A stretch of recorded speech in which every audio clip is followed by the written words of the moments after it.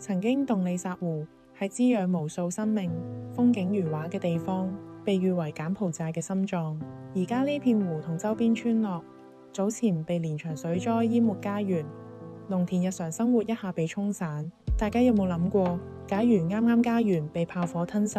被逼住在臨時收容所唔夠幾日，又遇上水災，被逼深夜撤離，個心會有乜嘢感受呢？喺柬埔寨西北部就有超過60萬人正在經歷呢件事，一波又一波嘅災難被逼面對。不但家園，就算小朋友返學嘅地方，以及父母辛辛苦苦耕作嘅農作物，亦完全被摧毀。今日我哋就邀請到而家身處柬埔寨災區前線嘅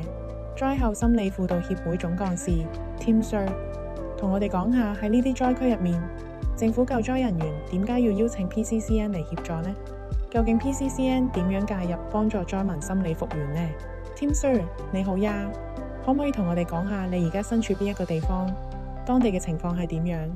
你好，多謝你哋關心。我哋而家喺柬埔寨首都金邊，將會係5月23號至27號前往柬埔寨西北部受到戰爭同水災影響嘅地區。呢度有幾十個難民營，大概有50幾萬人，因為之前嘅泰柬衝突要離開原本嘅屋企，再加埋洞里薩湖附近大約26萬個農民。上年11月遇到特大水災，5000幾畝農田全部浸咗，冇晒生計。簡單講就係一波未停，一波又起。聽落去好似一個好大規模嘅人道災難。一般人可能會諗，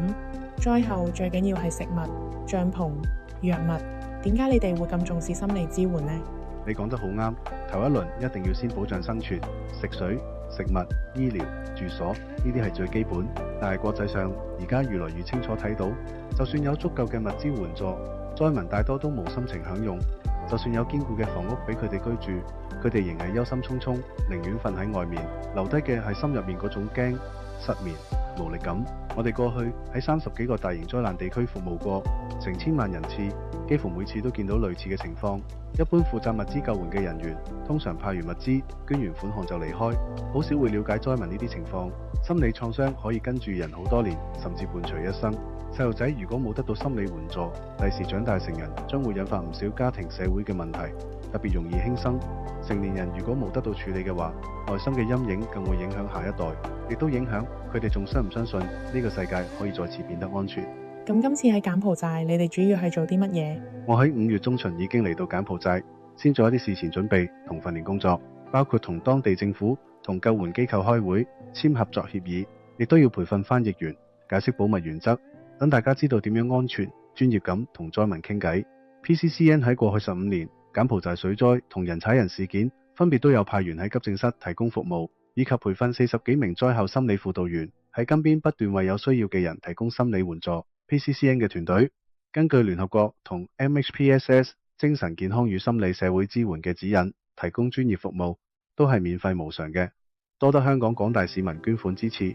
PCCN 喺5月23號到27號喺災區做緊服務前基礎同心理評估，按照聯合國 MHPSS 指引，首隊唔係直接提供治療服務，反而係先去10幾個主要難民營同臨時安置點做評估，之後我哋會寫一份報告交俾聯合國同本地政府，等所有參與 MHPSS 平台嘅機構都有清晰方向，邊啲村要優先服務，服務嘅次序同模式係點，確保真正緊急嘅災民得到優先援助。聽你之前提過，今次有一份好重要嘅合作協議，可唔可以同我哋解釋多啲？係，今次我哋同當地政府認可嘅基督教救援機構 EFC 簽咗一份 MOU 合作備忘錄。呢份協議基本上係授權我哋 PCCN 可以進入受管制嘅禁區同難民營提供心理服務。對一般市民嚟講，可能唔覺得有幾特別，但對我哋救援人員嚟講，呢份文件有好大嘅作用。軍方、警方、政府部門見到呢份文件就會放行俾我哋入去。接住落嚟最少12個月，我哋可以穩定咁入到災民身邊，而唔係淨係做一次就走。呢個對建立信任、提供長期心理支援真係好關鍵。聽落已經好唔容易。咁你哋今次去柬埔寨最大嘅困難或者風險係啲乜嘢？我哋的確係災區，會面對好多不確定嘅因素。我哋預計主要有2個困難，第一就係天氣同環境。我哋喺5月尾嚟到，啱啱係暴雨季節，好多地方會水浸，條路隨時被沖毀，出入難民營要坐幾個鐘車。第二就係地雷，柬埔寨北部同西北部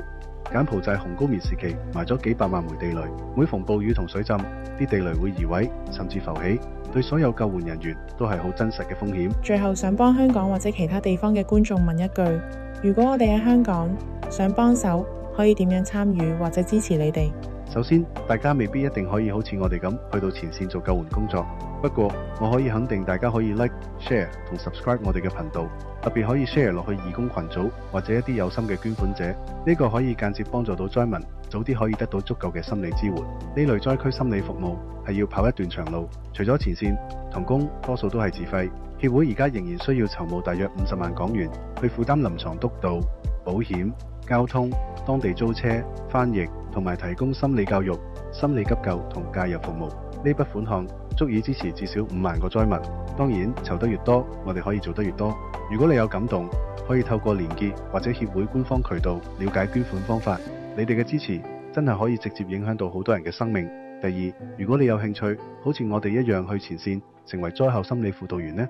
大家可以留意我哋之後喺香港開嘅災後心理輔導訓練課程。完成課程合格之後，有機會自費加入前線隊伍，去海外或者本地災難現場服務。真係再一次多謝大家嘅支持。好啦，米姑，訪問暫時去到呢度，過多幾日有新進展，我再同大家更新。我哋要繼續投入喺災區嘅支援工作啦，下次見。好呀，希望你哋一切順利，我哋過幾日再更新情況啦。